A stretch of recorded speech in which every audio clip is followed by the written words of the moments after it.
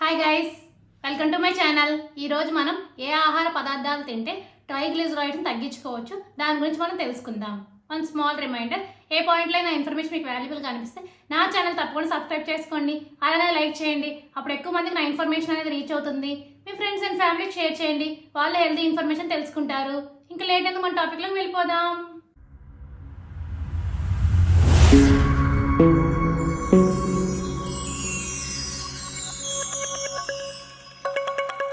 బచ్చల కూర, బ్రోక్లీ వంటి ఆకుకూర పదార్థాలు ఎక్కువగా తినడం మన ఆరోగ్యానికి చాలా మంచిది.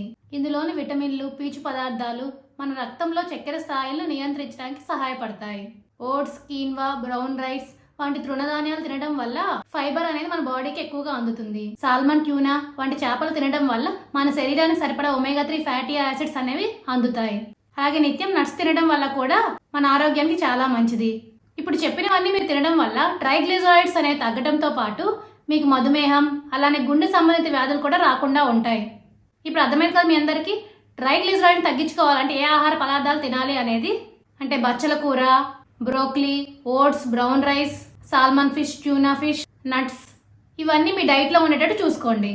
For more videos please like, share, subscribe my channel. Thank you for watching my video.